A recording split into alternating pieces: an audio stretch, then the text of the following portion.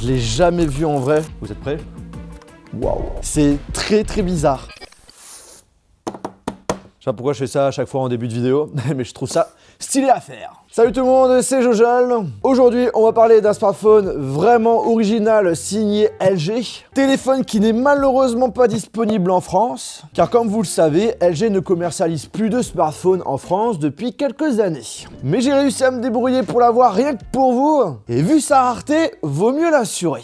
Et ça tombe bien, puisque cette année, Clink, une assurance du groupe Zurich, qui est connue dans le milieu des assurances, a décidé d'être l'un des partenaires réguliers de la chaîne. Ça permet d'aider la chaîne YouTube, et aussi j'ai pu voir vos bons retours sur cette assurance, ça fait plaisir. Je vous rappelle, c'est important de pouvoir assurer ces différents devices, surtout quand on est sur des prix assez élevés. Et je vous recommande de vous renseigner sur Clink, même si j'en ai déjà parlé dans d'autres vidéos, pour les personnes qui ne le savent pas encore. En quelques mots, Clink a la possibilité d'assurer tous vos produits connectés en un seul clic sur leur site internet.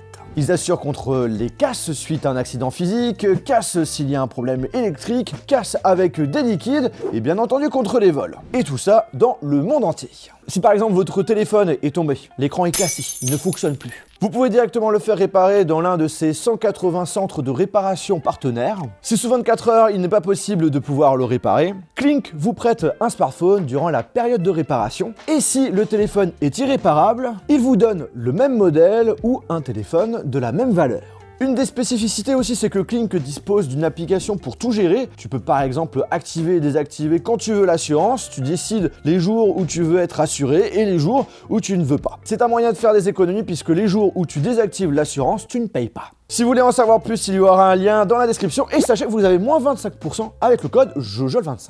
Et aussi, à titre exceptionnel, en ce moment, pour toute assurance standard annuelle prise pour votre smartphone ou sur un pack, vous gagnez un chèque cadeau Amazon de 100 € rien que pour vous. Passons maintenant au smartphone. Il se nomme Wing. C'est un smartphone 5G. Wing, si on fait la traduction, ça veut dire aile. Et vous allez voir quand je vais vous montrer le design. On a un design plus ou moins ailé à ce smartphone. La boîte entièrement blanche. Ça fait tellement longtemps que j'ai pas déballé de smartphone LG.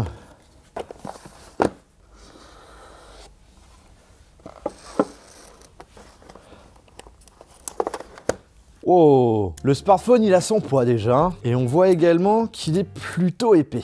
Touc. On a une grosse pochette avec à l'intérieur une coque de protection, mais également des écrans de protection. La notice avec la petite épingle pour enlever le tiroir nano SIM. Après, on y retrouve un chargeur secteur USB type C, un câble USB type C vers USB type C. Et ça c'est quoi? Alors une grosse boîte pour... Ok, juste ça. Un adaptateur USB type C vers prise mini jack. Alors oui, il n'y a pas d'écouteurs, parce que ce qu'il faut savoir, c'est que le seul pays où vous aurez des écouteurs quand vous allez acheter votre smartphone, c'est en France. Pour les autres pays, ce n'est pas une obligation.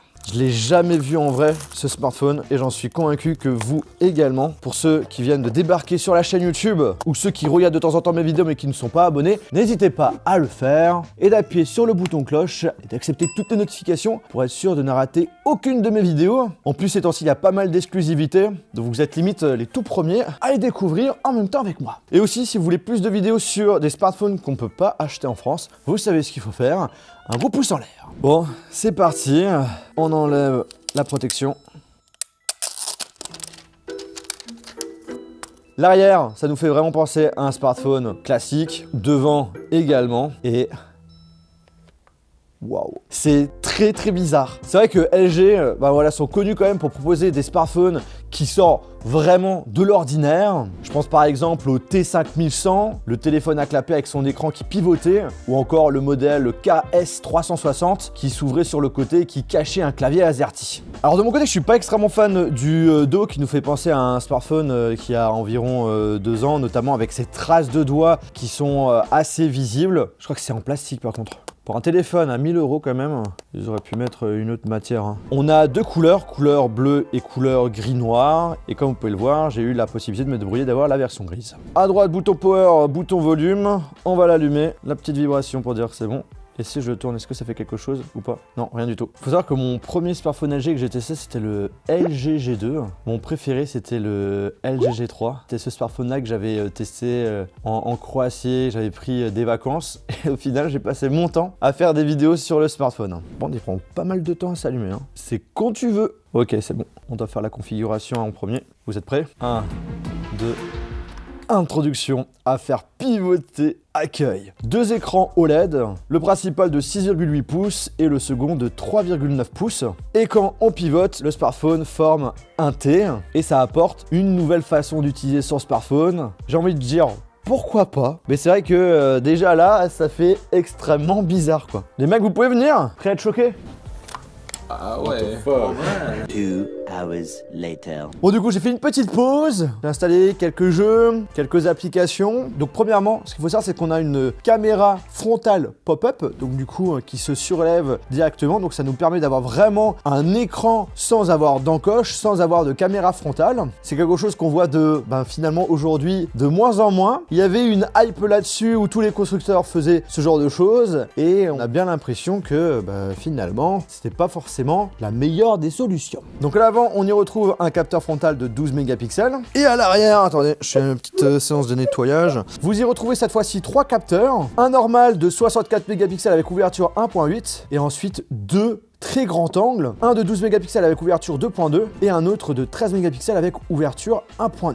Et pourquoi on a un second capteur ultra grand angle? Tout simplement pour cette fonctionnalité de gimbal. Eh bien, on peut l'avoir grâce à ce second capteur ultra grand angle. Alors, j'ai fait quelques petits tests. C'est vrai qu'en termes de stabilité, c'est beaucoup plus intéressant en fait de filmer comme ceci. Mais par contre, le problème, c'est que quand on fait un petit déplacement avec le joystick, eh bien, il y a des sortes de petits saccades quand on tourne. Donc, c'est pas vraiment totalement exploitable et surtout qu'on peut filmer maximum en Full HD. Dans un premier temps, je trouve ça assez impressionnant parce que c'est la première fois que je fais ça sur un smartphone, mais finalement, c'est plus gadget. Par contre, petite fonctionnalité assez sympa, c'est le double enregistrement. Donc ça, c'est une fonctionnalité qu'on a chez d'autres constructeurs. Le fait de pouvoir filmer en même temps avec la caméra à l'avant et avec une qui se situe à l'arrière. Mais ici, je trouve que c'est beaucoup plus simple parce que le fait de le prendre en main comme ça, c'est tout de même beaucoup plus agréable à filmer. Alors quand on revient en mode normal, c'est comme une simple application appareil photo. On peut filmer max en 4K 60 fps, mais uniquement avec le capteur principal. En photo, il y a une petite fonctionnalité assez sympa pour pouvoir faire des photos 3D. On va directement dans portrait et effet photo 3D. Je vais prendre en photo cette boîte. Et voici le résultat, et franchement, c'est plutôt pas mal du tout. En ce qui concerne les performances de ce smartphone, alors on a un Snapdragon 765G, on a 8 Go de RAM, et vous avez 2 capacités de mémoire qui existent, 128 Go et 256 Go, vous avez la possibilité de rajouter de la mémoire via une carte micro SD. Et en ce qui concerne la batterie, c'est du 4000 mAh. Impressionnant, je trouve, cet écran, notamment en haut, où voilà, c'est quand même assez fin au final. Par contre, voilà, il y a des petits trucs qui sont un peu pas forcément pratiques, genre par exemple quand il est en mode T, si tu as envie d'augmenter, baisser le volume, accéder directement au bouton qui se situe en haut, c'est pas très pratique. Et ce qui est top, c'est qu'il n'y a vraiment pas de frottement sur le second écran, donc comme ça, on est sûr de ne pas le rayer. En ce qui concerne l'OS, on est sous Android, avec l'interface du constructeur LG, on peut avoir tous les services de Google, etc., etc. Par contre, notre façon de l'utiliser est tout de même différente. En soi, il y a 3 bureaux différents. On a le menu classique, comme on a l'habitude d'avoir. Ensuite, boum, quand on le met en mode T, on a un second menu. Et pour le petit écran, un 3e menu. En haut, on a la possibilité de mettre nos applications favorites. Ça fait office d'ouverture d'applications rapide. Pour en mettre une nouvelle, il suffit tout simplement de faire un petit hop là, swipe. Ensuite, vous choisissez, par exemple, là, on va mettre le Play Store. Donc on le prend, on le sélectionne et vous le positionnez où vous le souhaitez. Vraiment, c'est très simple. Après, vous avez aussi la possibilité d'afficher le multitâche. 3e et dernier menu où vous y retrouvez toutes les applications installées de base dessus. Cependant, ça c'est un point super important, c'est le fait que les nouvelles applications que vous avez téléchargées ne vont pas forcément se mettre directement sur ce 3e menu. On va dans les paramètres écran, écran secondaire application. Et là, vous allez tout simplement sélectionner toutes les applications que vous souhaitez utiliser sur ce second écran. Voilà, on coche Twitter et quand on le met en mode T, tic, on a Twitter qui s'est ajouté. Donc là voilà, je suis en train de mater une vidéo, j'ai envie d'aller directement sur Twitter, et bien voilà, je peux surfer sur Twitter tout en regardant une vidéo. Je vais mettre l'application directement, voilà, en raccourci, je l'ouvre. Alors c'est vrai que c'est un petit peu dommage, il y a certaines applications qui ne sont pas prévues à l'utilisation en mode paysage. Voilà, par exemple, j'ai envie de me mater Retour vers le futur, et ça marche parfaitement. Je peux même aller aussi sur Instagram si je le souhaite. Attends, est-ce que je peux faire des stories? Ok, d'accord, je peux faire des stories tout en regardant une vidéo ou un film. Mais la question c'est, est-ce que c'est vraiment méga utile? C'est vrai que pour moi ce smartphone est juste parfait, en plus que les smartphones avec écran pliant, de pouvoir utiliser plusieurs applications en même temps tout en ayant un aperçu, une taille qui soit complètement exploitable et qu'on peut utiliser sans avoir de gênance. C'est vrai que par exemple sur les smartphones classiques, cette fonctionnalité d'utiliser plusieurs applications en même temps, notamment deux, ça existe depuis super longtemps, mais en termes de taille en ce qui concerne les fenêtres, c'est pas pratique. Là, on a une fonctionnalité, s'il vous plaît, trackpad souris. C'est un petit peu bizarre, je ne retrouve pas trop l'utilité, dites-moi.